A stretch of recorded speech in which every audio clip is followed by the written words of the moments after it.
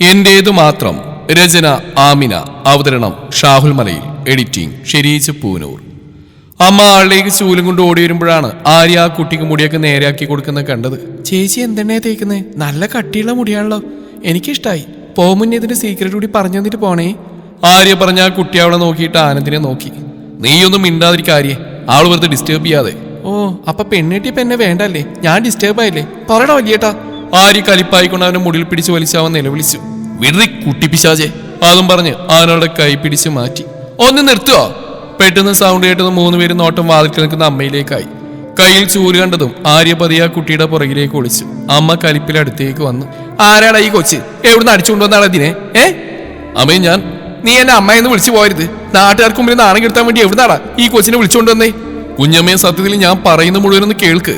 അവൻ വിളിച്ചത് ആര്യ അച്ഛനെ എത്രയോ വട്ടം കേട്ടിരിക്കുന്ന ഭാവത്തിൽ അവനെ നോക്കി. ആ കുട്ടിയാണെങ്കിൽ പെട്ടെന്ന് അവന്റെ മാറ്റിയുള്ള വിളിയേട്ടൊന്ന് ഞെട്ടി. കുഞ്ഞമ്മ നിന്റെ എന്ന് പറഞ്ഞ അമ്മ ചൂലിന് അവന്റെ കാലിലൊന്ന് കൊടുത്തു. അവരൊന്ന് പൊങ്ങിച്ചാടി. അമ്മയിലെ അവർ അമ്മയെന്ന് വിളിക്കരുതെന്ന്. പിന്നെ എന്നെന്തിനാ തല്ലുന്നേ? ഇത്രയും വലുതായ ഒരു പെൺകുട്ടിയുടെ മുമ്പിൽ വെച്ച്. ഓ, ഇവിടെ എവിടുന്ന വിളിച്ചുകൊണ്ടുവന്നെന്ന് കരുതി ഇനി നീ പറയുന്ന പോലെ ഞാൻ ചെയ്യണോ? അമ്മ കലിപ്പായിട്ട് അവളെയും നോക്കിയിട്ട് ചോദിച്ചു. പല്ലവി ഒന്ന് നിർത്ത്, അവന് പറയാനുള്ള എന്താണെന്ന് കേൾക്ക്. നിങ്ങളുടെ അല്ലേ മോൻ, ഇതിൽ കൂടുതൽ എന്ത് കേൾക്കാൻ? മനുഷ്യ, മോന് വക്കാലത്ത് പറയാൻ മിണ്ടാണ്ടിക്ക്, ഇല്ല എന്റെ സ്വഭാവം മാറും. അമ്മ പറഞ്ഞതും അച്ഛൻ ഇതു എന്റെ മണ്ടക്ക എന്ന ഭാഗത്തിൽ അവനെ നോക്കിയത് അവൻ ചിരിച്ചു കാണിച്ചു. അല്ലേലും ഇവനെ രക്ഷിക്കാൻ എപ്പോ ഇറങ്ങിയാലും എനിക്ക് ഗതി ഇത് തന്നെയാ, സ്വയം പറഞ്ഞോണ്ട് അച്ഛൻ സെറ്റിയിലേക്ക് ഇരുന്നു. അമ്മേ, ആദ്യം വിളിച്ചൊന്നും പറഞ്ഞില്ലേ? അപ്പൊ അവന് ഇതിൽ പങ്കുണ്ടോ? 24 മണിക്കൂർ ഹോസ്പിറ്റലിൽ എന്ന് പറഞ്ഞ് നടക്കുന്നവനാ. ഞാൻ കരുതി അവനെങ്കിലും ഒന്ന് നേരെയാവുന്ന്. എന്റെ അമ്മ ഇങ്ങനെ എഴുതാപുറം വായിക്കില്ലേ? ഇങ്ങനെ ദേഷ്യം തുള്ളിക്കുമ്പോ പല്ലവിക്ക് സൗന്ദര്യം കുറഞ്ഞ പോലെ തോന്നുക. സത്യം പറയാലോ, ഒന്ന് ചിരിച്ചേ.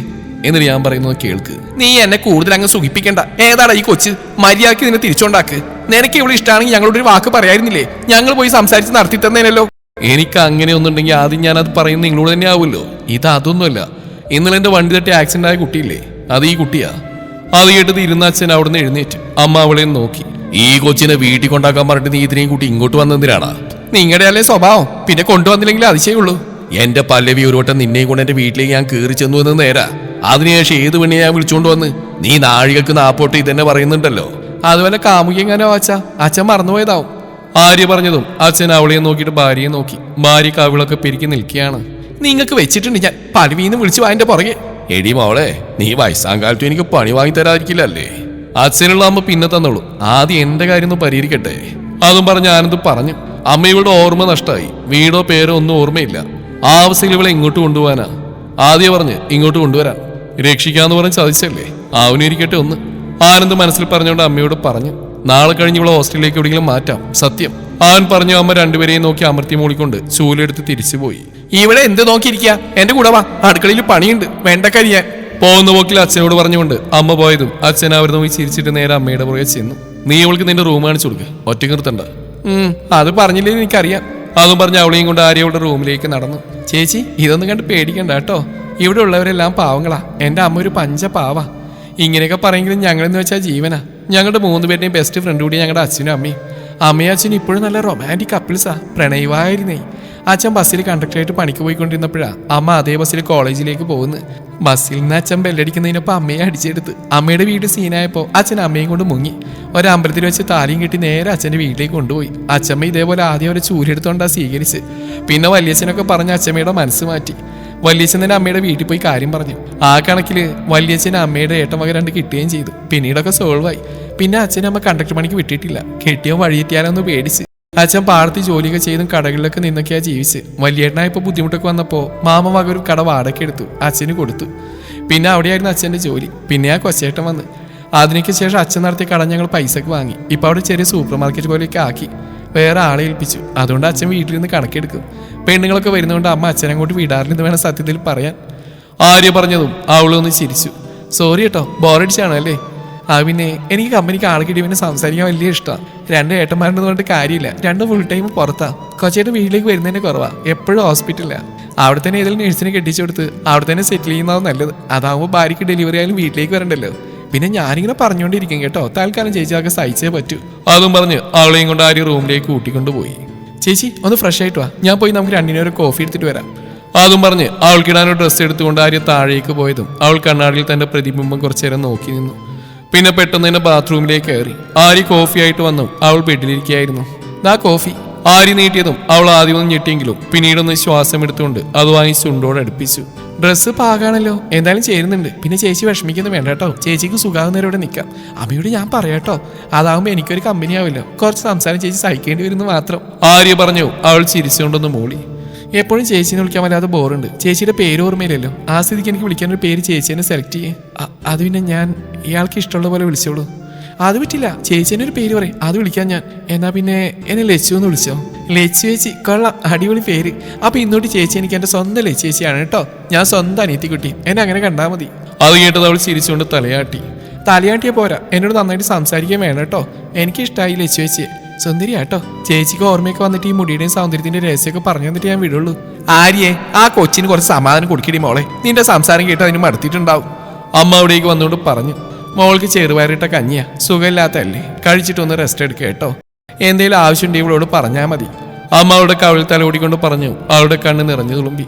അയ്യേ, എന്തിനാ മോള് കരയുന്നേ? വിഷമിക്കേണ്ട, ഞങ്ങളെയൊക്കെ സ്വന്തം പോലെ കണ്ടാ മതി. നേരത്തെ ഞാൻ പറഞ്ഞൊന്നും മനസ്സിൽ വെക്കേണ്ട കേട്ടോ. മോൾക്ക് ഓർമ്മ വരുന്നവരോട് നിൽക്കാം. അതുവരെ ആരും ഇവിടുന്ന് പറഞ്ഞു വിടില്ല. അത് ഞാൻ അമ്മയോട് പറയാനിരിക്കായിരുന്നു. ലച്ചു ചേച്ചി ഇനി എങ്ങും വിടില്ലാന്ന്. ലച്ചുവോ? അതാരാ? അത് പിന്നെ ചേച്ചിന്ന് വിളിക്കാൻ ബോറ് വന്നിട്ട് ഞാൻ ലച്ചു ചേച്ചിന്ന് വിളിക്കാന്ന് കരുതി. അമ്മയ്ക്ക് ഇഷ്ടമായോ? അമ്മേനെ അങ്ങനെ വിളിച്ചാൽ മതി, ചേച്ചിക്ക് അതാ ഇഷ്ടം. ഈ പെണ്ണിന്റെ ഒരു കാര്യം എന്ന് പറഞ്ഞ് അമ്മ പോയതും ആര്യ അവളുടെ അടുത്തേക്ക് ഇരുന്നു. ഞാൻ പറഞ്ഞില്ലേ, അമ്മ പാവാ, ചേച്ചി കുടിക്ക്, എന്നിട്ട് നമുക്കൊന്ന് കാറ്റുകൊള്ളാം. അപ്പൊ മനസ്സൊന്ന് ഫ്രീ ആവും. ചേച്ചിക്കുട്ടിയുടെ മനസ്സ് ബ്ലാങ്ക് ആവണ്ടെന്ന് കരുതിയാ ഞാൻ ഓരോന്നും പറയുന്നത്. കുറച്ച് ദിവസം കഴിയുമ്പോൾ ശരിയാവും കേട്ടോ. അതും പറഞ്ഞ് ആര്യ അവിടെ ഒപ്പം ഇരുന്നു. ആ അഹങ്കാരി അങ്ങനെ രക്ഷപ്പെട്ടു എന്ന് നിങ്ങൾ കരുതണ്ട. എവിടെയാലും കാർത്തിക് അവളെ കണ്ടുപിടിച്ചിരിക്കും. ഇനി എന്റെ കഴിക്കുന്ന ദിവസം അവിടെ അന്ത്യാണെന്ന് ഓർത്തോ. കാർത്തി രാധികയുടെ ഭർത്താവ് മുഖത്ത് നോക്കി പറഞ്ഞു. എന്റെ മോള് നിന്നോട് എന്ത് ദ്രോഹ ചെയ്ത്? നിന്നെ അവള് വിശ്വസിച്ചു. നിന്റെ സ്നേഹം ആത്മാർത്ഥാണെന്ന് അവൾ കരുതി. ജീവനെ പോലെ അവൾ കൊണ്ടുനടന്നു. ഇതിൽ എന്ത് തെറ്റാണ് അവൾ ചെയ്ത്? പക്ഷെ നീ അവളോട് ചെയ്ത് ഒരിക്കലും മറക്കാനാവാത്ത തെറ്റായിരുന്നു വിശ്വാസവഞ്ചന. നിന്നെ പോലെ ഒരുത്തനെ സ്നേഹിച്ചതിന്റെ കുറ്റബോധം കൊണ്ടാവും എന്റെ കുഞ്ഞു പോയത്. എല്ലാത്തിനും കാരണം നീ ഒരുത്തനാ. ഗിരി കാർത്തിയുടെ കോൾ പിടിച്ചോണ്ട് അലറി. ഒരു കാര്യം ഞാൻ പറയാം, എന്റെ മോന്റെ ദേഹത്തൊട്ട് കളിച്ചാലേ ഇതുവരെ കാണിച്ച നന്ദിയൊക്കെ ഞാനങ്ങ് മറക്കും. ഗൗരി പറഞ്ഞു. അയാൾ അവളെ വേദനയോടെ നോക്കി. കഴിഞ്ഞ ദിവസം വരെ ഏട്ടായെന്ന് സ്നേഹത്തോടെ വിളിച്ചവളാണ്. തന്റെ കയ്യിൽ തൂങ്ങി നടന്ന് വളർന്നവൾ. എന്നാൽ ഇന്ന് തന്നെ നേർക്ക് നോക്കി സംസാരിക്കുന്ന തന്റെ അനിയത്തിയെ നോക്കി അയാളുടെ ഹൃദയം പിടഞ്ഞു. അവളൊരു പൊട്ടിയാ. ഇത്രയും നാൾ കൂടാണെന്നിട്ടും ഞാൻ എന്തെന്നറിയാതെ അവൾ എന്നെ സ്നേഹിച്ചു, എന്നെ വല്ലാതെ മോഹിപ്പിച്ചു. അത് തന്നെയാ അവള് ചെയ്ത തെറ്റ്. ആഗ്രഹിച്ചിട്ടുണ്ടെങ്കിൽ നേടാനും കാർത്തിക് അറിയാം. ഇന്ന് അവര് പിടിച്ചു വാങ്ങിയാലും നേടിയിട്ടുണ്ട്. നിങ്ങളുടെ മുന്നിൽ കിടന്ന് അരകിച്ച് ചാവാൻ പോകുന്ന മോളെ കാണാൻ തയ്യാറായിക്കോ. ദ്രോഹി, എന്റെ മോളെ നിനക്ക് എനിക്ക് കിട്ടില്ലടാ. ഇത്രയും നാൾ നീ അവളെ പറ്റിച്ചില്ലേ, ചതിച്ചില്ലേ? ദൈവം രക്ഷിച്ച അവളെ കിട്ടില്ലടാ നിനക്ക്. രാധിക പറഞ്ഞ കാർത്തി അവരെ പുച്ഛത്തോടെ നോക്കി ചിരിച്ചുകൊണ്ട് പുറത്തേക്ക് ഇറങ്ങി. കൂടെ ഗൗരി. വിളിച്ചു വരുത്തി വന്നവരെല്ലാം അപമാനിച്ചാ പോയത്. അവൾ ഒരുത്തി കാരണം എല്ലാവർക്കും മുമ്പിൽ തലതാഴ്ത്തി നിൽക്കേണ്ടി വന്നു. ഇതിലും വലിയ നാണക്കേടിന് ഉണ്ടാവാനില്ല. അവളെ കണ്ടുപിടിച്ച് വിവാഹം നടത്തിയില്ലെങ്കിൽ പിന്നെ കൂട്ട ആത്മഹത്യ ചെയ്യുന്ന നല്ലത്. അത്രയും വലിയ നാണക്കേട് ആ പെണ്ണുണ്ടാക്കിയത്. ഞാൻ അവനോട് അന്നേ പറഞ്ഞ ഈ വിവാഹം കഴിയുന്നവരെ മദ്യം ഉപയോഗിക്കരുതെന്ന് കേട്ടില്ല. കുടിച്ചാ വയറ്റി കിടക്കണം, അല്ലാതെ ഉള്ളത് വിളിച്ചു പറയല്ലേ വേണ്ടത്. ഇവൻ കാരണം തന്നെ ഈ അവസ്ഥ വന്ന്. ശങ്കർ മോഹൻ നോക്കിക്കൊണ്ട് പറഞ്ഞു. നേരത്തെ ഞാൻ പറഞ്ഞു വെറുതെ എനിക്കിട്ട് ഉണ്ടാക്കാൻ വരുതെന്ന്. എന്റെ കല്യാണം ആകുമ്പോൾ ഞാൻ കുറച്ച് കഴിച്ചു എന്നൊക്കെ വരും. അതാരുടെ അനുവാദം വാങ്ങേണ്ട ആവശ്യം എനിക്കില്ല. എന്റെ സംശയം അതല്ല. റൂമിലേക്ക് പോയവൾ എങ്ങനെ ആ സമയം അവിടെ എത്തിയെന്നുള്ളതാ. അവളാരോ പറഞ്ഞു വിട്ടതാ, അല്ലാതെ അവൾ ഒറ്റക്ക് അവിടെ വരില്ല. നീ ബോധമില്ലാണ്ട് വിളിച്ചു വരുത്തിയതാവും. അല്ലെന്ന് പറഞ്ഞില്ലേ, അവൾ ആരോ മനഃപൂർവ്വം പറഞ്ഞയച്ചതാ. പറഞ്ഞു വിട്ട ആൾക്ക് ഈ വിവാഹം മുടക്കാൻ ഉദ്ദേശം ഉണ്ടായിരുന്നിരിക്കണം. നിന്നെ കുറിച്ച് ഇവിടെ ആർക്കതിനെ അറിയാവുന്ന? ഞങ്ങളല്ലാതെ. ഇവിടെ ഉള്ളവർക്ക് അറിയില്ലെങ്കിൽ ഒരുപാട് ശത്രുക്കളുണ്ടല്ലോ നിന്റെ മോന്. അവരാരെങ്കിലും ആവും. ശങ്കർ പറഞ്ഞു. കാർത്തിയാളെ നോക്കിയിട്ട് തലയിൽ കൈവച്ച് ആലോചിക്കാൻ തുടങ്ങി. ഇനിയിപ്പോ സന്ദീപ് ആവൂടാ. ഗൗരി പുറത്തുനിന്ന് ഫോണിൽ സംസാരിക്കുന്ന സന്ദീപിനെ നോക്കി പറഞ്ഞു. കാർത്തിയും ശങ്കർ അവിടേക്ക് നോക്കി. നിന്നെ കുറിച്ച് ഇവിടെ നമ്മളെ കൂടാതെ അറിയുന്ന അവരാ, അല്ലാതെ നിന്റെ ഫ്രണ്ട്സ് ആരും ഇന്നലെ ഇവിടെ വന്നിട്ടുമില്ല. അവനോ? അവനാവില്ല. എന്റെ കൂടെ എല്ലാത്തിനും കൂടെ നടക്കുന്നവനാ. ചതിക്കില്ല. ചതിച്ചാന്ന് അവന്റെ അന്ത്യമായിരിക്കും. കാർത്തി സന്ദീപിനെ നോക്കി പറഞ്ഞു. സന്ദീപ് ഫോണും പോക്കറ്റിലിട്ട് അകത്തേക്ക് വന്നു. എടാ, അവൾ ഇന്നലെ രാത്രി ഇവിടെ സിറ്റി ഹോസ്പിറ്റലിൽ കണ്ടവരുണ്ട്. ആക്സിഡന്റ് എന്തോ ആയിട്ട് ആരെ കൊണ്ടുപോയതാ. ഇപ്പോഴത്തെ വിളിച്ചു പറഞ്ഞ സന്ദീപ് പറഞ്ഞു. കാർത്തിയുടെ തോൾ തട്ടിയിട്ട് അടുത്തുന്നവരെ നോക്കി. വണ്ടി ഇറങ്ങടാ, അവള് രക്ഷപ്പെടും മുന്നേ കൊണ്ടുവരണ ഇവിടേക്ക്. വൈകി അവൾ കൈവിട്ടു പോകും. കാർത്തി പറഞ്ഞു. സന്ദീപ് വണ്ടി എടുക്കാൻ പോയതും അവൻ പുറകെ വെച്ച് പിടിച്ചു. ഇവൻ അല്ലെങ്കിൽ പിന്നെ ആരാ? കണ്ടുപിടിക്കാൻ എന്തിരിക്കുന്നു? ഇവന്റെ ശത്രുക്കളായിരിക്കും. അത്രയ്ക്കില്ലേ മോന്റെ ഗുണം. കയ്യിൽ വന്ന ഭാഗ്യം ഒറ്റ നിമിഷം കൊണ്ട് പിടിവിട്ടു പോയത്. അല്ലായിരുന്നെങ്കിൽ നമുക്ക് വന്നു ചേരേണ്ട ലക്ഷങ്ങളായിരുന്നു. നീ ഏതായാലും ഇവിടുത്തെ കാര്യങ്ങളൊന്നും നോക്കിക്കോ. നിന്റെ ആങ്ങളാരെങ്കിലും രഹസ്യമായിട്ട് വിളിക്കുന്നുണ്ടോ എന്നൊക്കെ ശ്രദ്ധിച്ചോ. ഞാൻ പോയിട്ട് വരാം. അതും പറഞ്ഞ് അയാൾ പുറത്തേക്ക് പോയി. കാർത്തിയും സന്ദീപ് ഹോസ്പിറ്റലിൽ വന്ന് ആൾ കുറച്ച് തിരക്കെങ്കിലും ഒരു വിവരവും കിട്ടിയില്ല. നീയല്ലേ പറഞ്ഞു അവൾ ഇവിടെ ഉണ്ടെന്ന്? എടാ കാർത്തി, നമ്മൾ അന്വേഷിക്കാൻ വിട്ടവരാ പറഞ്ഞ്. ആർക്കൊക്കെയോ ഫോട്ടോ കാണിച്ചപ്പോൾ അവൾ ഇന്നലെ ഇവിടെ വെച്ച് കണ്ടു എന്ന്. ബോധമില്ലാത്ത അവസ്ഥയിലായിരുന്നൊക്കെയാ പറഞ്ഞു. പിന്നെ ഇവിടെ എന്താ റെക്കോർഡ്സിൽ അവിടെ പേരില്ലാത്ത? ഇനി വേറെ ഏതെങ്കിലും പേരിലാണെങ്കിലോ? ബോധമില്ലാതെ കൊണ്ടുവന്നുകൊണ്ട് മറ്റെന്തെങ്കിലും പേരാണ് അവിടെ കൊണ്ടുവന്ന അയാൾ കൊടുത്തെങ്കിലോ? നീ വാ, നമുക്ക് ചോദിക്കാം. സന്ദീപ് അവനെയും വിളിച്ച് റിസപ്ഷനിലേക്ക് ചെന്ന് അവിടെയുള്ള നേഴ്സിനോട് ചോദിച്ചു, ഇന്നലെ രാത്രി ഇവിടെ ഏതെങ്കിലും കുട്ടിയെ ആക്സിഡന്റ് ആയിട്ട് കൊണ്ടുവന്നിരുന്നോ? ഒന്ന് നോക്കി. അവൻ ചോദിച്ചു. അവർ റെക്കോർഡ്സ് എടുത്ത് നോക്കി. ഇല്ല, രാത്രി ആക്സിഡന്റ് കേസ് ഒന്നും വന്നിട്ടില്ല. ആറ് പറഞ്ഞു. കാർത്തി മുടിയിൽ പിടിച്ച് വലിച്ചുകൊണ്ട് അവിടെ നടന്നു. അവളെ എന്നിട്ട് വട്ടം കളിപ്പിക്കുക, അവിടെ അവസാനത്തിനായി ഇതൊക്കെ.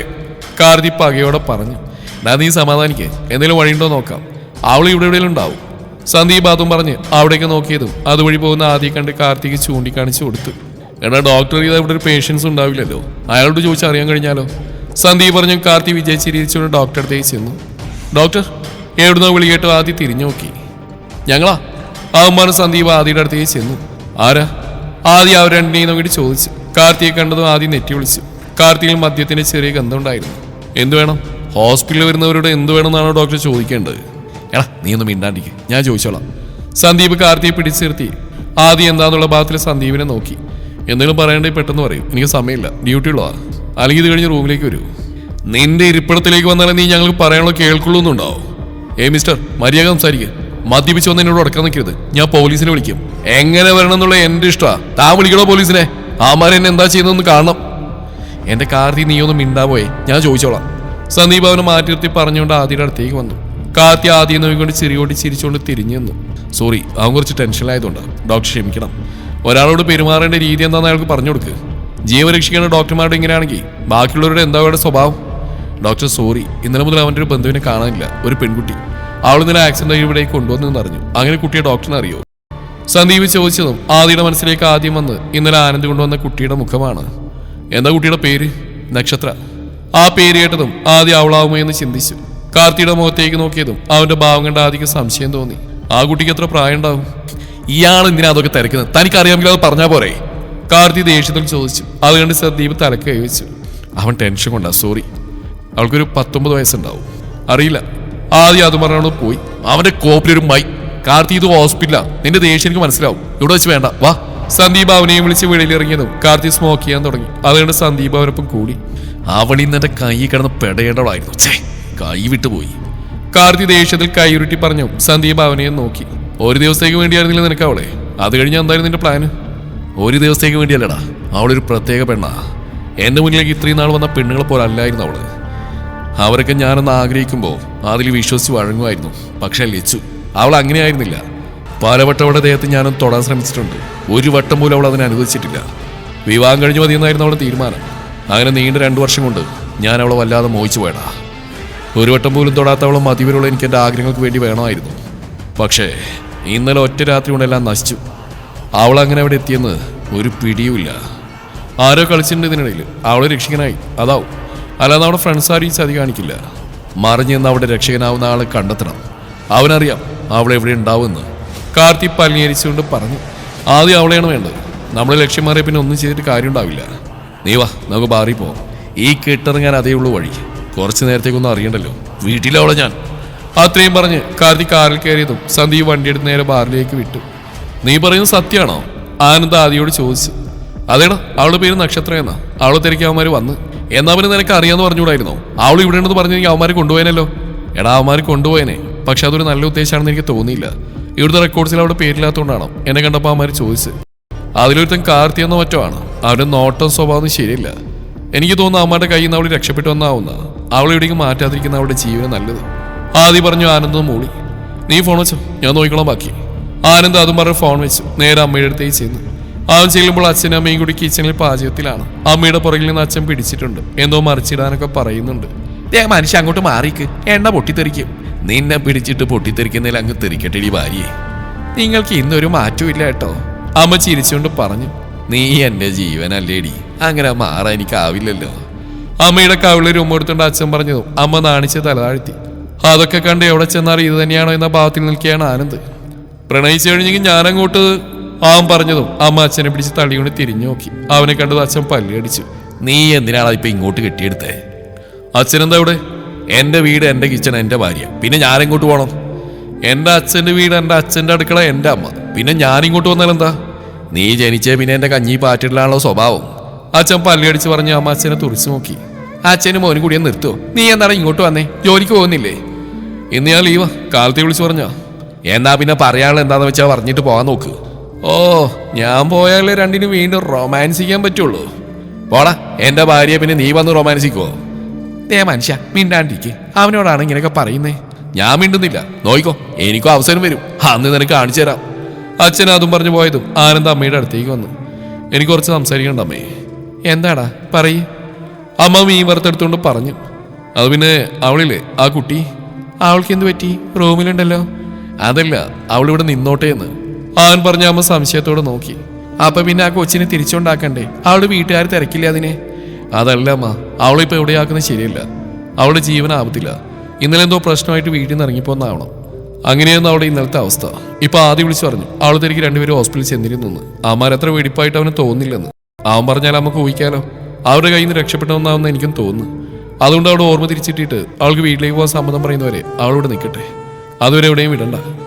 അല്ലേലും അത് ഞാൻ നേരത്തെ തീരുമാനിച്ച ആ കുട്ടിക്ക് ഓർമ്മ വരുന്നവർ ഇവിടെ തന്നെ നിർത്താന്ന്. ആര്യയെ പോലെ ഒരു മോളല്ലേ അവള്. അങ്ങനെ വിടാൻ അമ്മയ്ക്ക് ആവില്ലല്ലോ. അവൾക്ക് അങ്ങനെ ഒരു പ്രശ്നമുണ്ട്, ഇവിടെ നിൽക്കട്ടെ. അത് തന്നെയാ നല്ലത്. നിന്റെ ഇഷ്ടം പോലെ ആവട്ടെ. താങ്ക്സ് അമ്മേ. ആനന്ദ് അമ്മയെ കെട്ടിപ്പിടിച്ച് ഉമ്മയും കൂടി തിരിഞ്ഞു. ഡോറും ചാരി അച്ഛനും ആര്യയും ഉണ്ട്. കാള പാല് വെക്കുന്ന കണ്ടപ്പോഴേ ഞാൻ ഓർത്തു ഇങ്ങനെ എന്തെങ്കിലുമൊക്കെ ആവുന്നു. ആയിക്കോട്ടെ, ഞങ്ങൾ പോയേക്കാം. അച്ഛൻ കണ്ടിന്യൂ ചെയ്തോ? ആര്യയുടെ തോൾക്കായിട്ട് കണ്ണിറുക്കിക്കൊണ്ട് പറഞ്ഞു. അച്ഛൻ സന്തോഷം എന്ന രീതിയിൽ കൈകൂപ്പി അവൻ പുറത്തേക്ക് ഇറങ്ങി. പാവല്ലേ ഏട്ടാ ലച്ചു ചേച്ചി. ലച്ചുവോ? അവൾക്ക് നീ പേര് കിട്ടോ?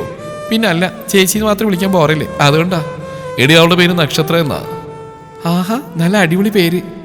അത് പക്ഷെ അവൾക്ക് ഓർമ്മയില്ലല്ലോ. സാരല്ല, വഴിയെ പറഞ്ഞ് ഓക്കേക്കാം. ഇനി നിനക്ക് കൂട്ടിന് അവളിവിടെ ഉണ്ടാവും. ഞാൻ കേട്ട് അവിടെ സംസാരിച്ചൊക്കെ. അവളെവിടെ നിന്നിട്ട്? റൂമിലാ, ക്ഷീണം കൊണ്ടൊന്ന് കിടന്ന്. നീ വാ. അവൻ ആരെയും കൊണ്ട് റൂമിലേക്ക് നടന്നു. അവളുടെ റൂമിന് പുറത്തെത്തിയതും അവനകത്തേക്ക് നോക്കി. കൊച്ചു കുഞ്ഞിനെ പോലെ ചുരുണ്ടുകൂടി കിടക്കുകയാണ് ആള്. ചെറുതായി വിറക്കുന്നുണ്ട്. അത് കണ്ടതും അവൻ ആര്യ വിട്ട് അകത്തേക്ക് ചെന്ന് അവളുടെ നെറ്റിയിൽ തൊട്ടതും നല്ല ചൂട് കണ്ട് അവൻ ആര്യയെ നോക്കി. പനിക്കുന്നുണ്ടല്ലോ, നീ കണ്ടില്ലേ? ഇല്ലേട്ടാ, നോക്കട്ടെ. അവനെ മാറ്റി നിർത്തിയത് അവൾ തൊട്ടതും പൊള്ളുന്ന ചൂട് കണ്ട് അവനെ നോക്കി. നമുക്ക് ഹോസ്പിറ്റലിൽ കൊണ്ടുപോവാം. അത് വേണ്ട, അത് സേഫ് അല്ല, ഞാൻ ആദ്യം വിളിക്കാം. അതും പറഞ്ഞ് അവൻ പുറത്തിറങ്ങിയതും ആര്യ തുണി നനച്ച് അവളുടെ നെറ്റിയിൽ ഒപ്പിക്കൊടുത്തുകൊണ്ടിരുന്നു. തുടരും ഈ കഥയുടെ ബാക്കി ഭാഗം നാളെ ഇതേ സമയം.